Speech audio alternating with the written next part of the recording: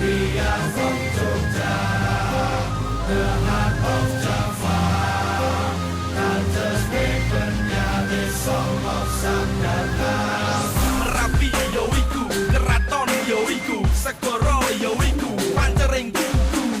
Mijil tuwa saka kolo dumunungku. Yo ngayuk yo karto hati ning rap negeriku.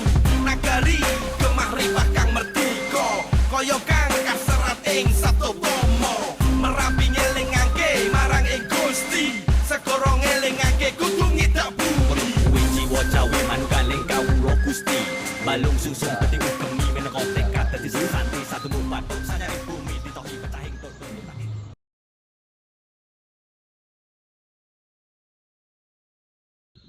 Selamat datang anak-anak mahasiswa dari Amikom Yogyakarta. Simbah merasa sangat senang mendapat kunjungan dari kamu pada hari ini.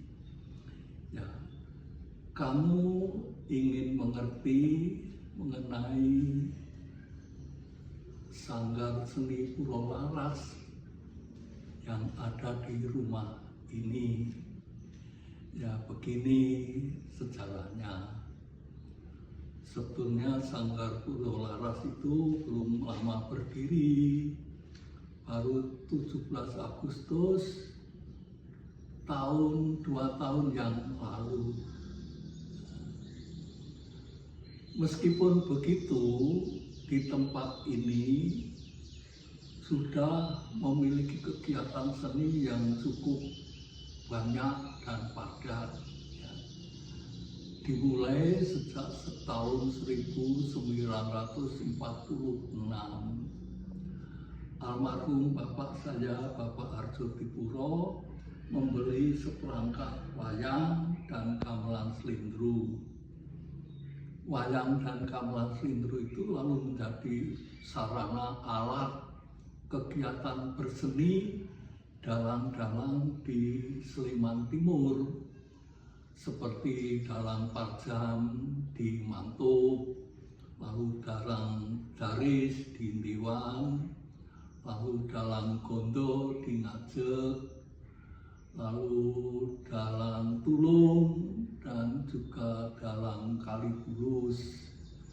Mereka biasa menyewa atau menggunakan wayang dan gamelan milik ayah saya untuk pentas di tempat mereka itu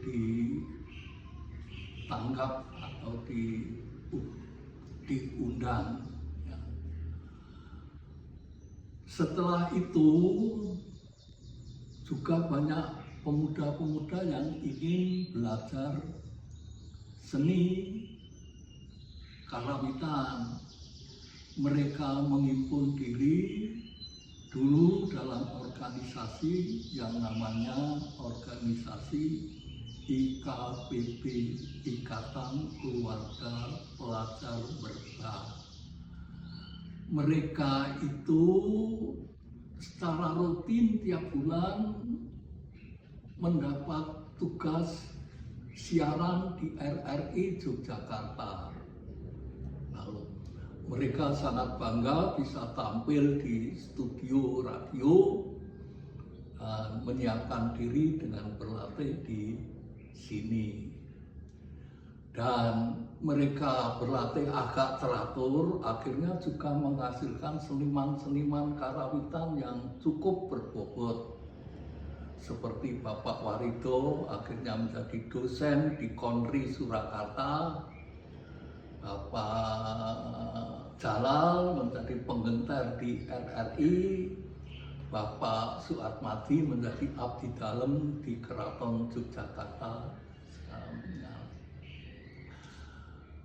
Setelah IKPB surut, lalu muncul pemuda-pemuda yang ingin belajar seni ketoprak. Mereka berhimpun di dalam organisasi yang dinamakan Among Mitro. Ketoprak Among Mitro itu sangat terkenal pada zaman tahun 1970 sampai 80 itu terkenal mengadakan pentas di RRI dan pentas panggung-panggung di mana-mana, baik di Yogyakarta maupun di luar Yogyakarta, membawakan cerita-cerita ya, yang terkenal seperti Nogososro Sabu Inten, bahkan Babat Tanah Jawi pun juga dipentaskan oleh keluarga Among Mitro dan penggemarnya sangat banyak. Secara singkat, sejak lama, yaitu sekitar 1950 sampai ya tahun 2000 di tempat ini, di rumah ini ya di Padukuhan Bedilan RT 4 RW 8 Kelurahan Kalitirto, Kecamatan Berbah, sudah menjadi kantong budaya yang mengembangkan seni budaya tradisional, yaitu seni budaya karawitan, pentas, ketoprak, wayang. Itu yang sudah terjadi pada masa dulu. Tetapi zaman sekarang sudah berubah. Sekarang pentas-pentas itu digantikan hanya dengan media audio, dengan kaset-kaset. Ya. Akhirnya dalang-dalang juga tidak laku. Ya, lalu menjadi kemunduran juga. Juga di sini sebagai kantong budaya juga kegiatannya menjadi mundur, lalu menjadi pusat latihan saja bagi kelompok-kelompok seni karawitan yang ada di Merbah ini, yang tumbuh di padukuhan-padukuhan seperti Trogowono, Berbah, Kaliacir, Karangduren sendiri. Terus itulah yang mengadakan latihan-latihan di sini secara agak rutin. Lalu untuk sekarang ini makin terdesak lagi, akhirnya yang mau berlatih, yang mau diwajibkan, yaitu dari murid-murid sekolah, antara lain yang berlatih di sini dari SD Kanisius Pondok, SD Kanisius Kalasan, ya 2 SD itu, tapi ada tidak terbuka kemungkinan bisa sekolah-sekolah lain pun terbuka untuk berlatih di sini. Begitulah, dan anak-anak muda di kampung ini punya inisiatif supaya bisa nama resmi diakui pemerintah, dimintakan NIK, dan itu terlaksana pada tanggal 17 Agustus 2 tahun yang lalu dengan nama Sanggar Puro Seni, dengan nama Sanggar Puro Seni di bawah pimpinan Bapak Yohanes Bosco Sukoti, YP Sukoti. Ya. Begitulah keadaannya.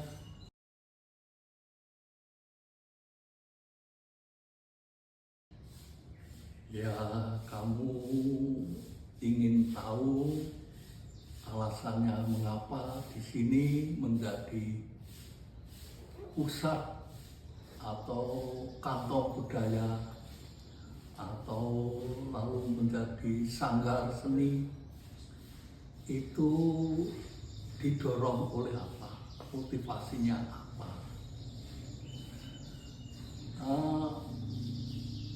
suatu sanggar atau kantong budaya itu mesti harus dinaungi oleh seorang tokoh. Nah, tokoh yang semula menaungi kegiatan awal dulu yaitu ayah saya, Bapak Harjo Dipuro, yang menjadi lurah desa di Kelurahan Kaliajir. Itu penggemar seni budaya yang menjadi pelindung, lalu bisa menghidupkan kegiatan baik untuk seni pedalangan maupun seni karawitan. Setelah Bapak almarhum, mau tidak mau, saya sebagai anaknya mendapat amanat untuk meneruskan warisan seni budaya itu supaya tetap dikembangkan. Lalu saya kembangkan semampu saya dengan ikut kegiatan dalam IKPB, dalam Among Witro, dalam perkumpulan seni-seni karawitan di pedukuhan-pedukuhan, lalu tetap hidup sampai sekarang.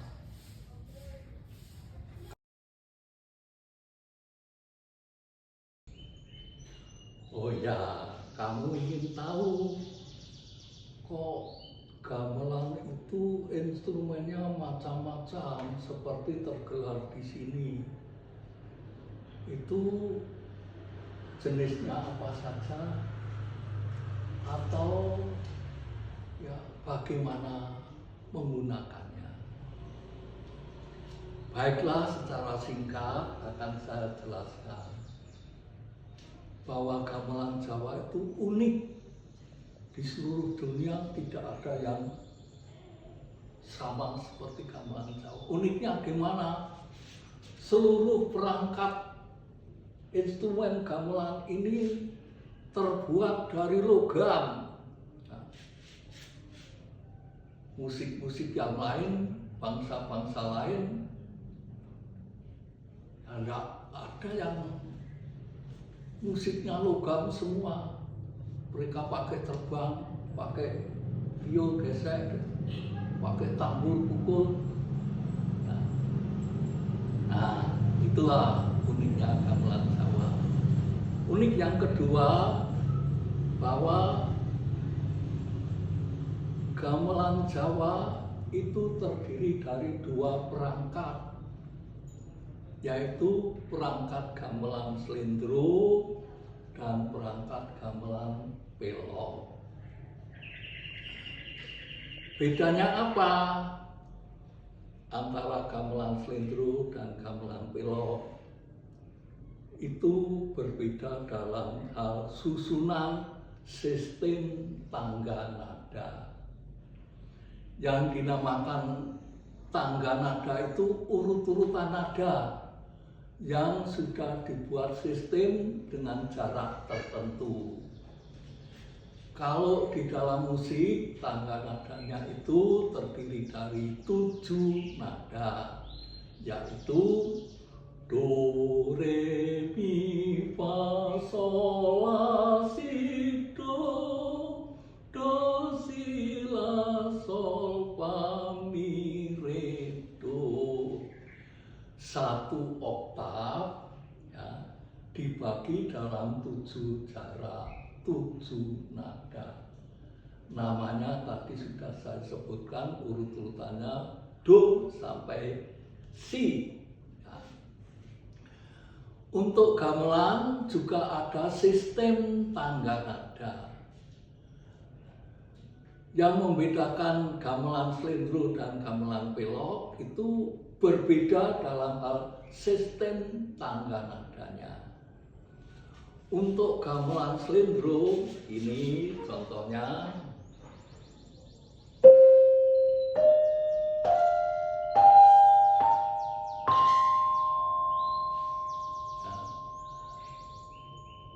tangga nadanya 1 oktav itu hanya dibagi menjadi 6 nada, yaitu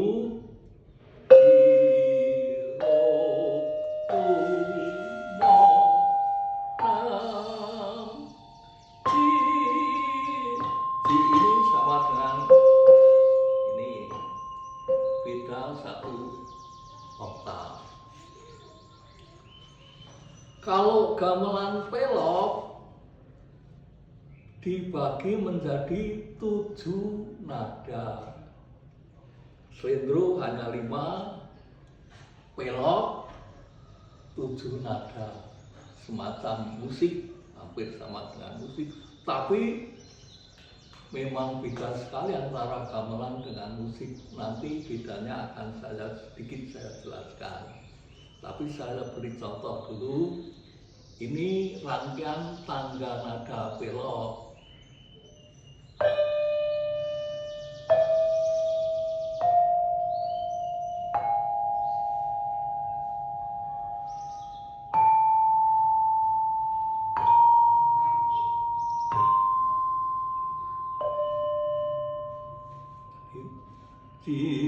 Cirolu patmo nampi ci. Itulah. Nah, itu bedanya.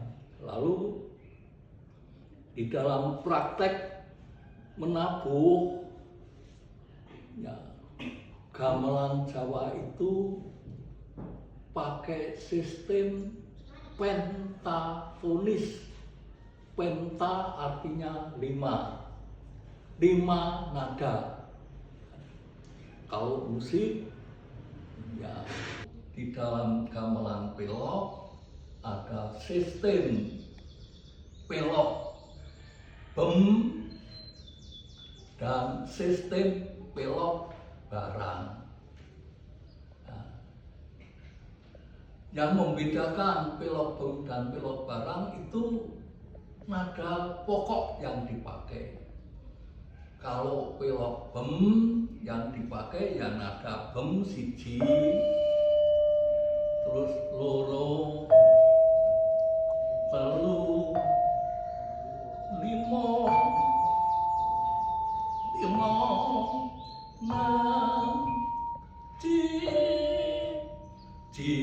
cirolu monem ci. Nah, sedang nada pelok pat dan nada barang pi,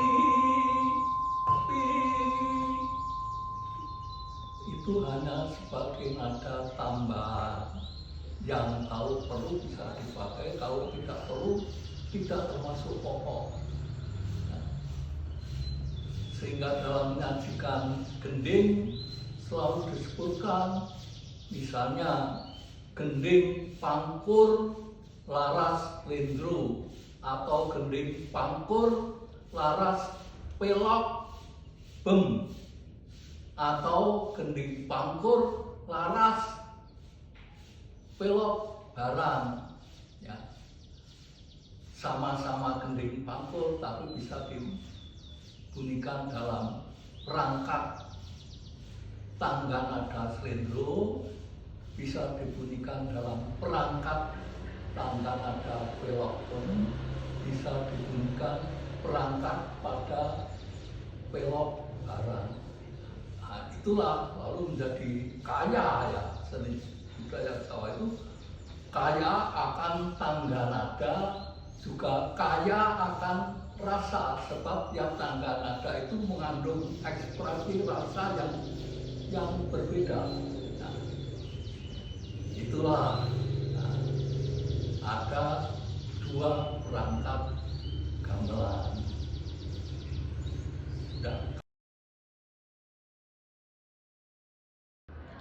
Ya, kami bertanya mengenai prospek sanggar seni ini di masa depan atau harapan-harapan bagaimana pengembangan sanggar ini di masa depan.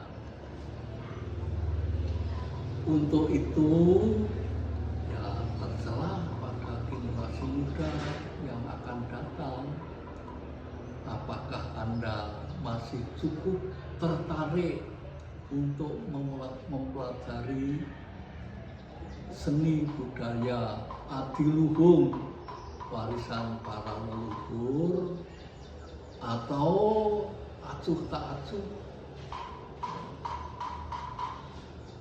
Yang saya alami kalau melatih para anak muda diajak belajar karawitan atau seni Jawa yang lain, mereka mengeluh terlalu rumit, terlalu sulit, dan tidak melatih.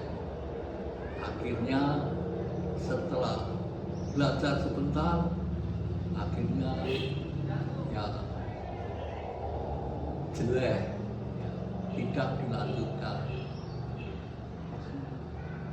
Begitulah keadaannya. Jadi berdasarkan pada minat kesenangan bersama itu sulit berkembang. Lalu saya berharap menawarkan kepada lembaga-lembaga pendidikan di sekolah, supaya di sekolah ada ekstra kurikuler belajar karawitan, tabu gamelan, budaya Jawa. Beberapa sekolah sudah ada sambutan.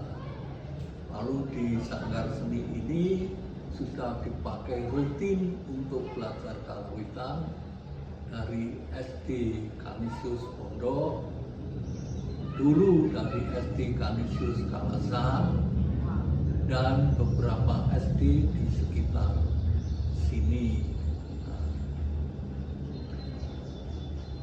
Selanjutnya bagi mereka anak-anak muda yang mau serius betul-betul belajar seni dan budaya Jawa,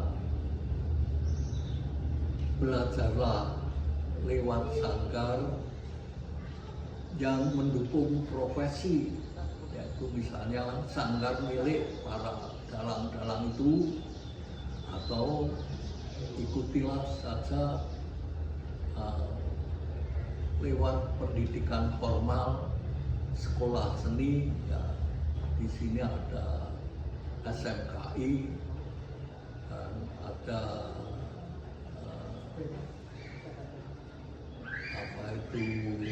perguruan tingginya seni juga ada. Untuk masa depan, ya saya agak pesimis, sulit untuk berkembang. Sanggar seni di sini, walaupun didukung dengan dana, dengan tenaga pembimbing yang mumpuni, yang bonafide, juga kelihatannya perkembangannya suram. Ya itulah keadaan zaman, tidak boleh dipungkiri, zaman berubah. Berubah arahnya, berubah minatnya, berubah suasananya. Itulah yang saya rasakan saat ini. Dari dua perangkat, yaitu gamelan bewok dan gamelan selindro. Yang membedakan gamelan pelok dan gamelan selindro itu adalah perbedaan tangga nadanya. Nah, tangga nada itu ya urut-urutan nada yang sudah distandardisir atau sudah ditentukan. Ya, kalau gamelan secara tradisional turun-temurun, tetapi sudah menjadi aturan yang mapan sampai sekarang ini. Nah, kalau yang namanya gamelan selindro itu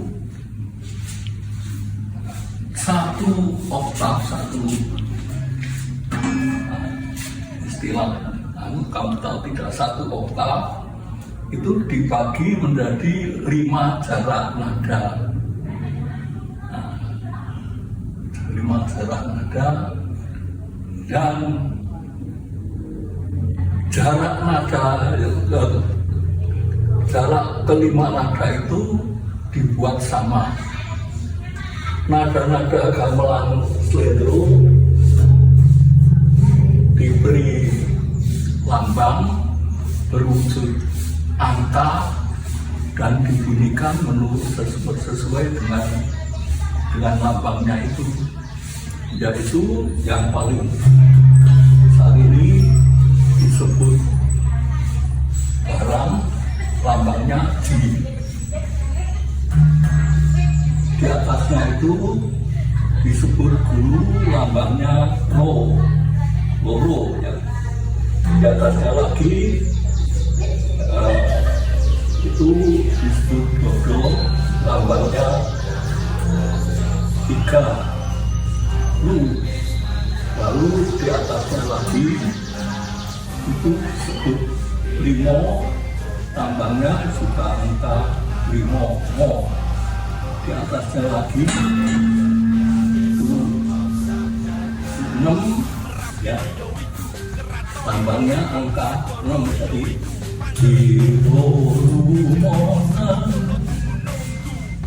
Nah, yang paling atas ini sebenarnya sama dengan ini barang alif, ini G.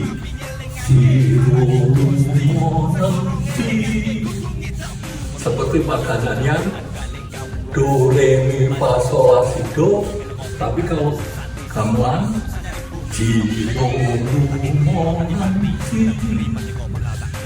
kalau padanannya itu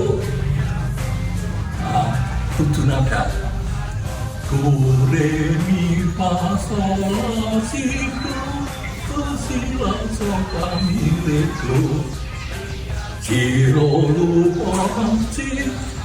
Nah, dengan demikian ya, apa itu tangga nada musik berbeda dengan gamelan. Selanjutnya ini yang slendro.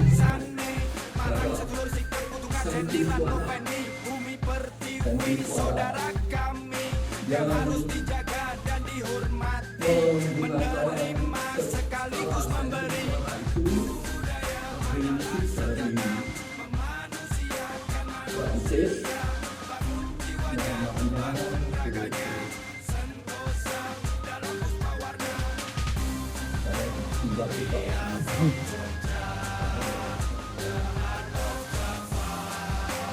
Satu oktav